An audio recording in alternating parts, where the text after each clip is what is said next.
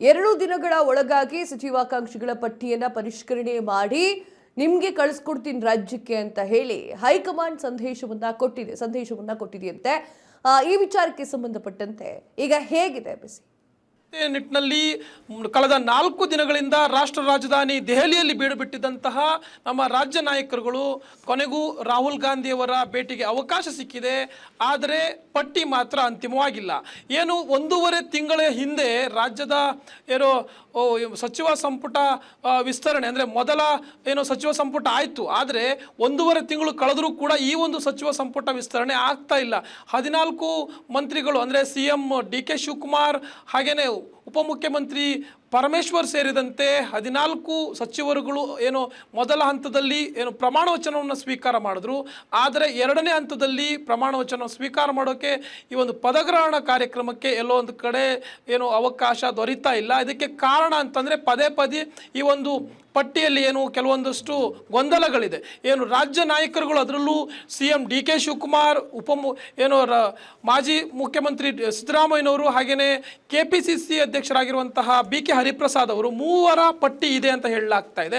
ಈ 3 ಪಟ್ಟಿ ಹಿಡಿದು ಇವರು ಪದೇ ದೆಹಲಿಗೆ ತೆರಳುತ್ತಾ ಇದ್ದಾರೆ. ಇದು ತಾವು ಗಮನಿಸಿದ್ರೆ ಈ ತಿಂಗಳಲ್ಲಿ ಇದು 3ನೇ ಬಾರಿ ದೆಹಲಿ ಭೇಟಿ. 3ನೇ ಬಾರಿ ದೆಹಲಿ ಭೇಟಿಯಲ್ಲೂ ಕೂಡ ಒಮ್ಮತದಿಂದ ಒಂದು ಪಟ್ಟಿಯನ್ನು ಆಯ್ಕೆ ಮಾಡೋಕೆ ಸಾಧ್ಯ ಆಗಿಲ್ಲ. ಆ ನಿಟ್ಟಿನಲ್ಲಿ ನಿನ್ನೆ AICC ಅಧ್ಯಕ್ಷರಾಗಿರುವಂಥ ಮಲ್ಲಿಕಾರ್ಜುನ ಖರ್ಗೆ ಅವರ ದೆಹಲಿ ನಿವಾಸದಲ್ಲಿ ಒಂದು ಸಭೆ ನಡೆಯುತ್ತೆ. ರಾಹುಲ್ ಗಾಂಧಿ ಅವರು ನಿರೀಕ್ಷೆಯಂತೆ ನಿನ್ನೆ ಸಭೆಗೆ ಬಂದಿದ್ರು. ಹಾಗೇನೆ KPCC ಕಾರ್ಯದರ್ಶಿಯಾಗಿರುವಂತಹ ವೇಣುಗೋಪಾಲ್ ಅವರು ಕೂಡ ಇದ್ದರು. ರಾಜ್ಯ ಉಸ್ತುವಾರಿ ಆಗಿರುವಂತಹ ಸುರ್ಜೇವಾಲಾ ಅವರು ಕೂಡ ಇದ್ದರು. ಆದರೆ ಈ ಒಂದು ಸಭೆಯಲ್ಲೂ ಕೂಡ ಒಮ್ಮತದ ನಿರ್ಧಾರ ಆಗಿಲ್ಲ. ಯಾಕೆಂತಂದರೆ ರಾಜ್ಯ ನಾಯಕರುಗಳದ್ದು 3 ಪಟ್ಟಿಯಲ್ಲೂ ಕೂಡ ಬೇರೆ ಹೆಸರುಗಳು ಇರುವಂಥದ್ದು. ಅಂದರೆ ಇಲ್ಲಿ ಒಮ್ಮತಕ್ಕೆ ಬರಲಾಗ್ತಾ ಇಲ್ಲ. ಆ ನಿಟ್ಟಿನಲ್ಲಿ ಒಂದು ಅಂತಿಮ ಪಟ್ಟಿಯನ್ನು ಇಲ್ಲಿ ಪರಿಷ್ಕರಣೆ ಮಾಡೋಕ್ಕೆ ಸಾಧ್ಯ ಆಗಿಲ್ಲ. ಹಾಗೆಯೇ ಪಕ್ಷದ ವತಿಯಿಂದ ಒಂದಷ್ಟು ರಿಪೋರ್ಟ್ ಕೂಡ ರೆಡಿಯಾಗಿದೆ. ಯಾರಿಗೆ ಸಚಿವ ಸ್ಥಾನ ಕೊಟ್ಟರೆ ಪಕ್ಷದ ವರ್ಚಸ್ಸು ಹೆಚ್ಚಾಗುತ್ತೆ, ಹಾಗೆಯೇ ಮುಂದಿನ ಚುನಾವಣೆಗೆ ಹೇಗೆ ಉಪಯೋಗಕಾರಿಯಾಗುತ್ತೆ, ಪಕ್ಷದ ಬಲವರ್ಧನೆಗೆ ಏನು ಮಾಡಬೇಕು, ಯಾವ ನಾಯಕರುಗಳು ಕೊಟ್ಟರೆ ಉತ್ತಮ, ಹಾಗೆಯೇ ಒಂದಷ್ಟು ಜಾತಿ ವಿಚಾರ ಇರ್ಬೋದು, ಕ್ಷೇತ್ರವಾರು ಅಂದರೆ ಜಿಲ್ಲಾವಾರು ಇರಬಹುದು, ಸಮುದಾಯವಾರು ಇರಬಹುದು. ಹಾಗೆಯೇ ಇನ್ನೊಂದು ವಿಚಾರ ಅಂತಂದರೆ ಇಲ್ಲಿ ಯುವ ಮುಖಗಳಿಗೆ ಮಣೆ ಹಾಕಬೇಕು, ಯುವ ಶಾಸಕರುಗಳಿಗೆ ಸಚಿವ ಸ್ಥಾನವನ್ನು ಕೊಡಬೇಕು. ಆ ಮೂಲಕ ಇನ್ನಷ್ಟು ಪಕ್ಷದ ಬಲವರ್ಧನೆಯನ್ನು ಮಾಡಬೇಕು ಅನ್ನುವಂಥ ನಿಟ್ಟಿನಲ್ಲಿ ಸಾಕಷ್ಟು ತಯಾರಿಗಳು ನಡೆದಿದೆ.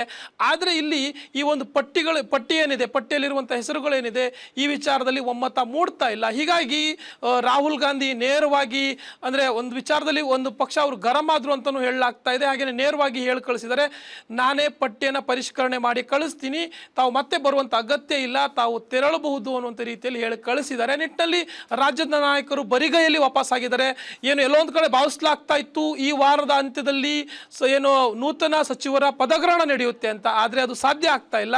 ಮುಂದಿನ ವಾರ ಅಂತಂದರೆ ಅಂದುಕೊಂಡಂತೆ ಏನಾದರೂ ರಾಹುಲ್ ಗಾಂಧಿಯವರು ಭಾನುವಾರದ ಒಳಗೆ ಈಗ ಸದ್ಯಕ್ಕೆ ಇರುವಂಥ ಮಾಹಿತಿ ಅಂತಂದರೆ ಭಾನುವಾರ ಸಂಜೆಯ ಒಳಗಡೆ DK ಶಿವಕುಮಾರ್ ಅವರಿಗೆ ಪಟ್ಟಿಯನ್ನು ಹಸ್ತಾಂತರಿಸಲಾಗುತ್ತೆ. ಈ ಒಂದು ಪಟ್ಟಿ ಅಂತಿಮ ಮಾಡಿ ಕಳಿಸಲಾಗುತ್ತೆ. ಆ ಬಳಿಕ ಸೋಮವಾರ ಸರಿಯಾಗಿ ಸೋಮವಾರ ದಿನ ಒಂದು ನೂತನ ಸಚಿವರು ಪದಗ್ರಹಣ ನಡೆಸ್ತಾರೆ ಅಂತ ಹೇಳಲಾಗ್ತಾ ಇದೆ.